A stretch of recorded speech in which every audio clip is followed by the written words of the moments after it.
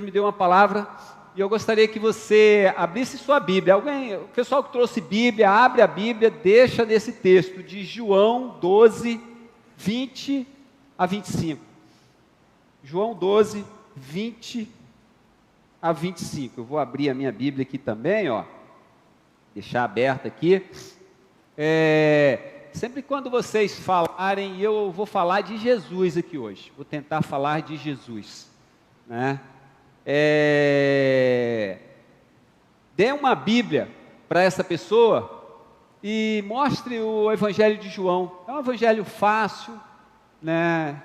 João fala para nós como filhinhos, né? E é gostoso ouvir o testemunho de João, né? Tanto em João quanto em Apocalipse também, né? Apesar que a gente está estudando Apocalipse, e é um livro muitas vezes temoroso, né? Porque tem várias figuras de linguagem, né? Mas a gente tem que pedir sabedoria a Deus para que Ele coloque a sua palavra traduzida em nossos corações, né? Interpretada aos nossos corações. E diz lá assim, ó, deixa a sua Bíblia aberta, não fecha não. Ora, havia alguns gregos entre os que tinham subido a adorar no dia da festa. E eis, pois, dirigiam-se a Filipe, que era de Betsaida, da Galiléia, e rogaram-lhe, dizendo: Senhor, queremos ver a Jesus. Filipe foi dizer a André, então André e Filipe o disseram a Jesus. E Jesus lhe respondeu dizendo: é chegada a hora que o Filho do Homem há de ser glorificado. Na verdade vos digo que se o grão de trigo caindo na terra não morrer, fica ele só, mas se morrer, dá muito fruto. Quem ama a sua vida, perdê-la-á, e quem neste mundo odeia a sua vida, guardá-la-á para a vida eterna. Amém? Amém. Esse texto para mim tem um significado assim tão grande, né? Primeiro a gente vê ali o desejo de uma terra estrangeira, de estrangeiros quererem conhecer Jesus, né?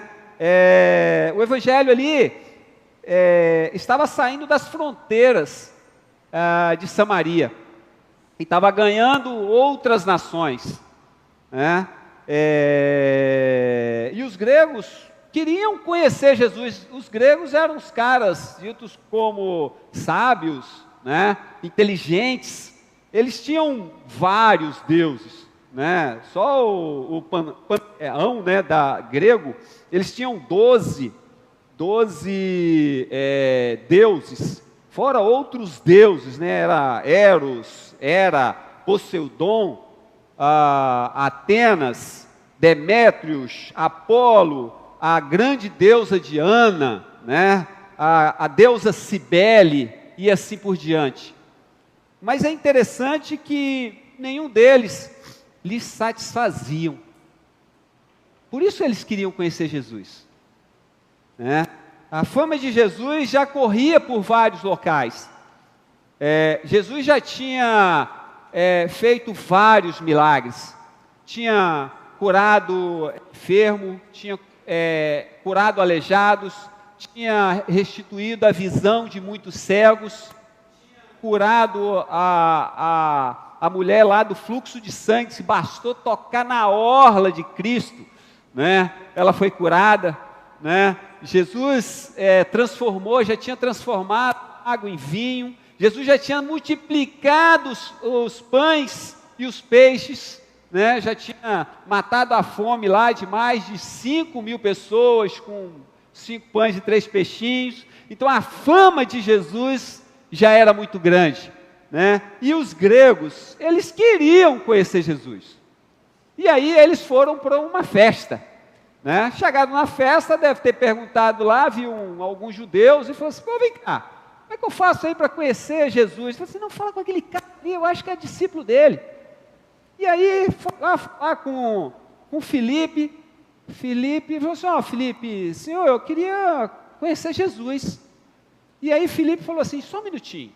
Foi até André falou assim, André, é o seguinte, tem uns caras aí querendo conhecer Jesus, o que a gente faz? É os caras estrangeiros, eles são gregos.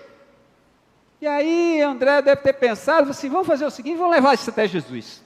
E aí chegou até Jesus e falou assim, olha, tem uns gregos aí, tem uns caras de fora aí, estão querendo te conhecer.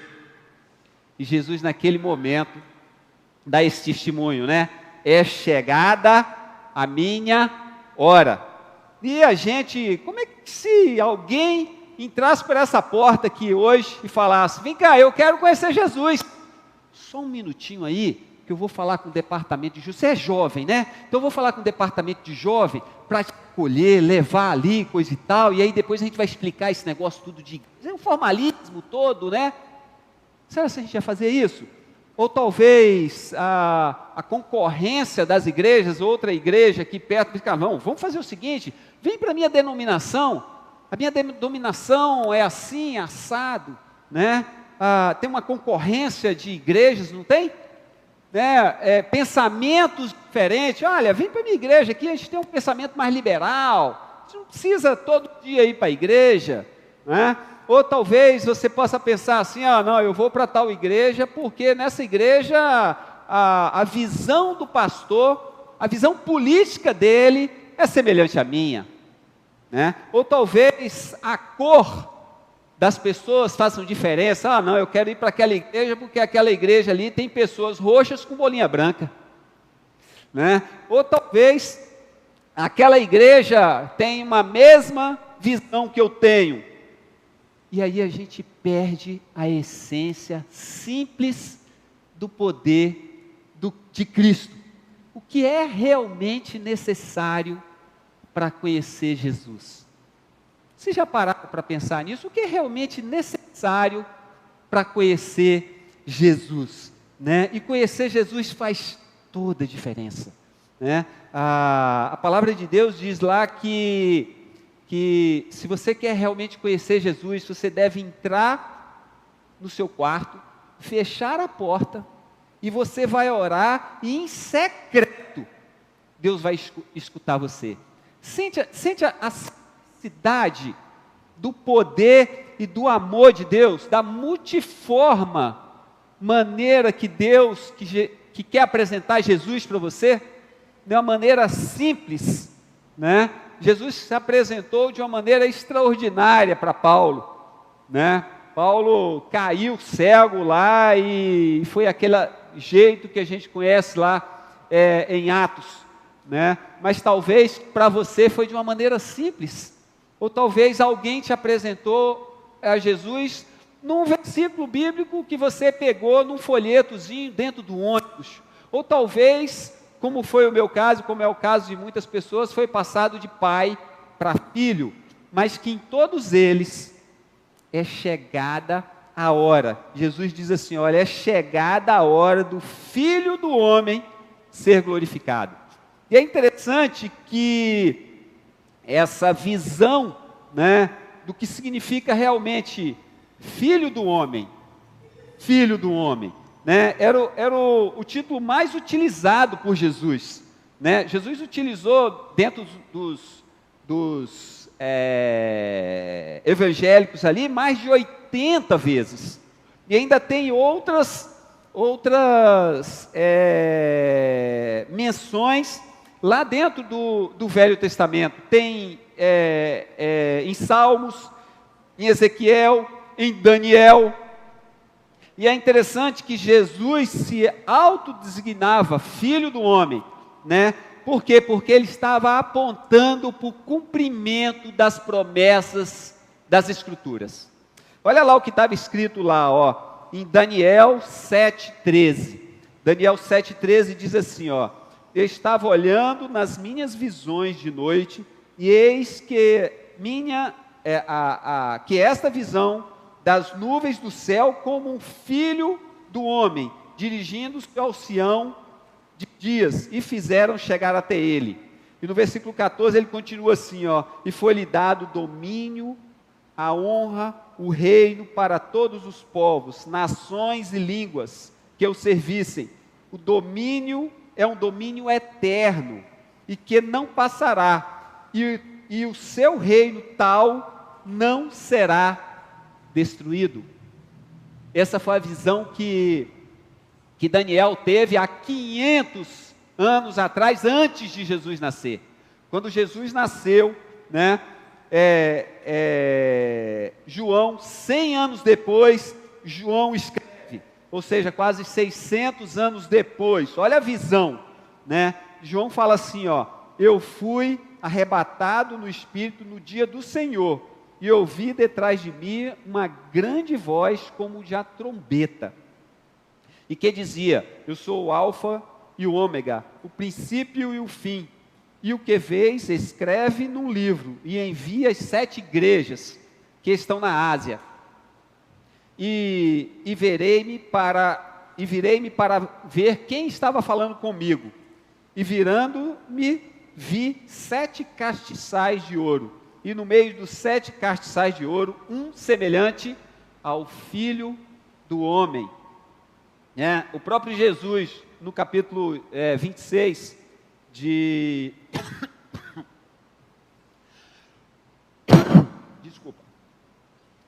Mateus,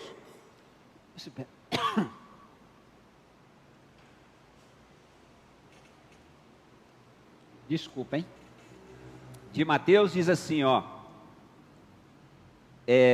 o próprio Jesus respondendo ao sumo sacerdote: eu, porém, lhe digo que desde agora verão o Filho do Homem assentado à direita do Todo-Poderoso, vindo com as nuvens do céu. É inegável que tem uma semelhança grande com esses textos, né?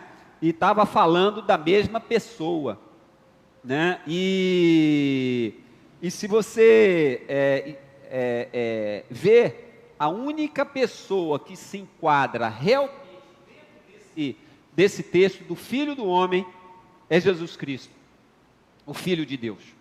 Então, o Filho do Homem é realmente Jesus Cristo.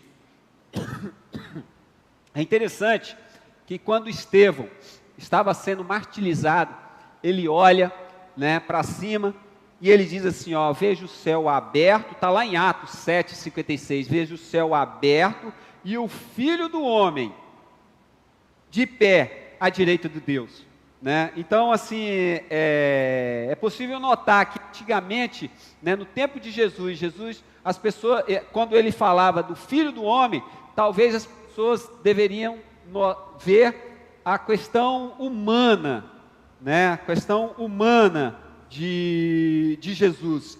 Mas quando Jesus começa a fazer os seus milagres, começa a falar no Monte das Oliveiras, começa a se mostrar realmente que é o Filho de Deus, as pessoas logo veem e querem saber quem é esse Filho de Deus, né? Quem é esse Filho de Deus? E talvez você nessa noite, você não tenha uma experiência com esse Filho de Deus, ou não conhece a fundo o Filho de Deus, né? Talvez você possa falar comigo assim: Davi, você não conhece o meu problema, eu não sei para onde eu ando, eu não sei se eu vou para a direita ou se eu vou para a esquerda, eu estou totalmente perdido na minha vida. Mas Jesus está falando assim: olha, eu sou o caminho. Talvez o seu problema seja que a tua esposa está mentindo para você, ou o seu marido está mentindo para você, né? Ou talvez dentro do seu trabalho alguém está tentando te enganar. Jesus está falando: olha, eu sou a verdade. Talvez o seu problema seja muito mais complexo, né? Seu problema é de vida ou de morte. Quantas pessoas aí, como a Ademir falou, né? Está todo mundo procurando agora a vacina.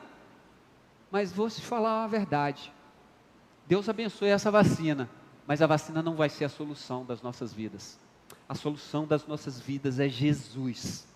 Essa é a solução das nossas vidas, né? Nós queremos ser tratados, né,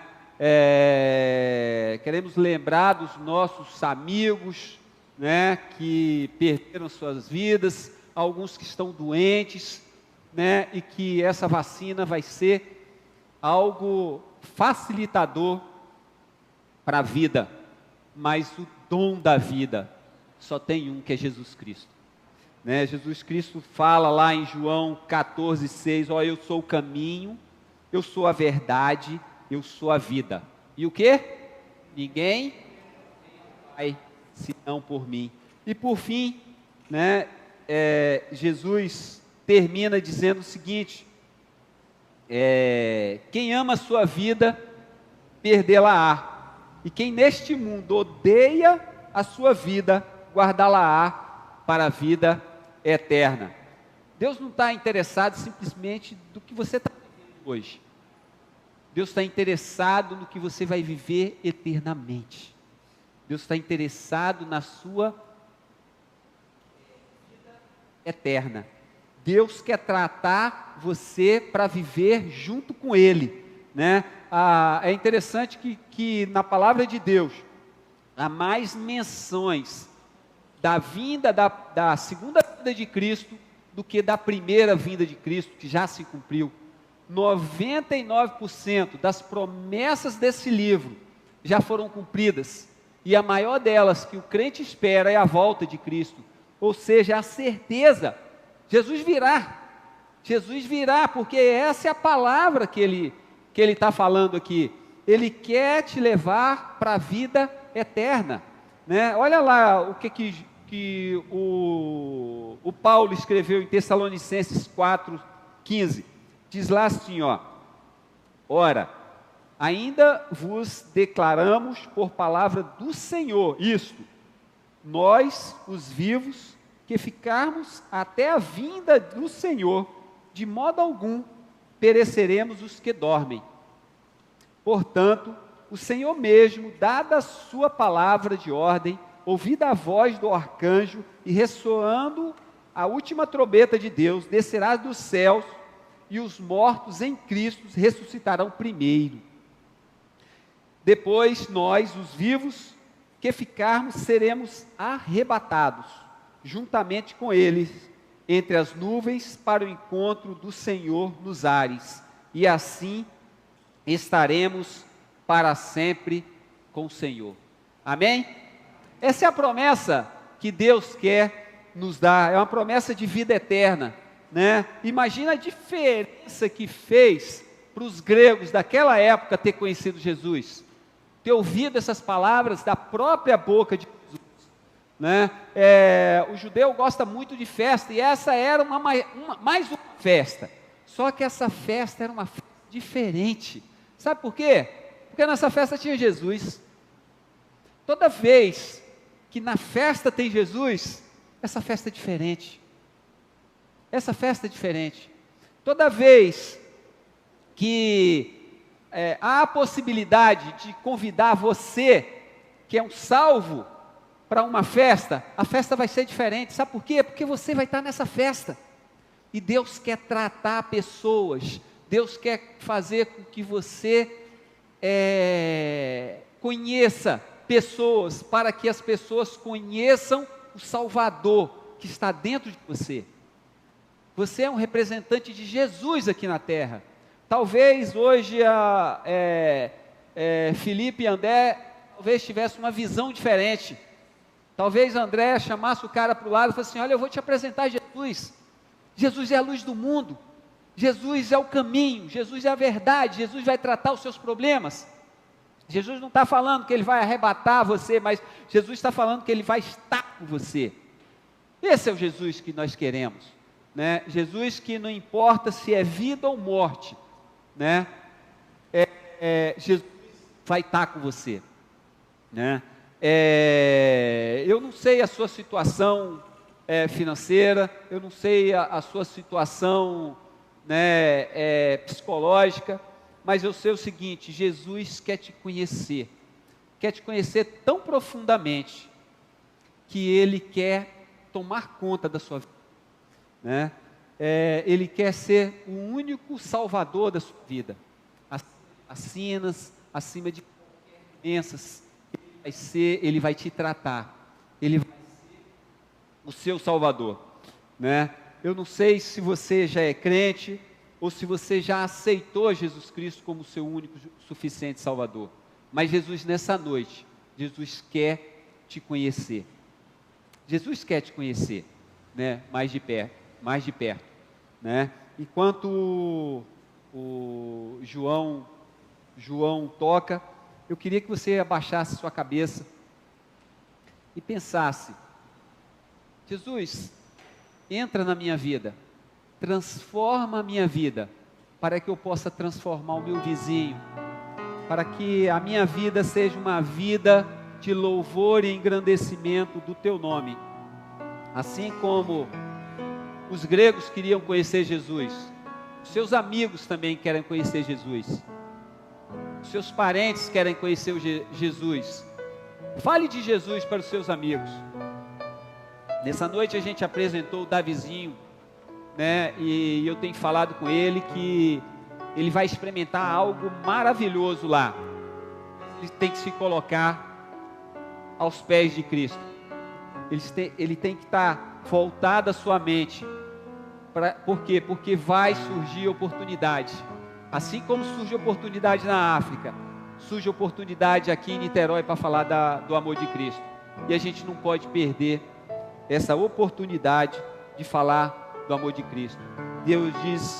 Jesus fala: quem ama a sua vida, perdê-la-á, mas quem neste mundo odeia a sua vida, guardá-la-á para a vida eterna. Amém.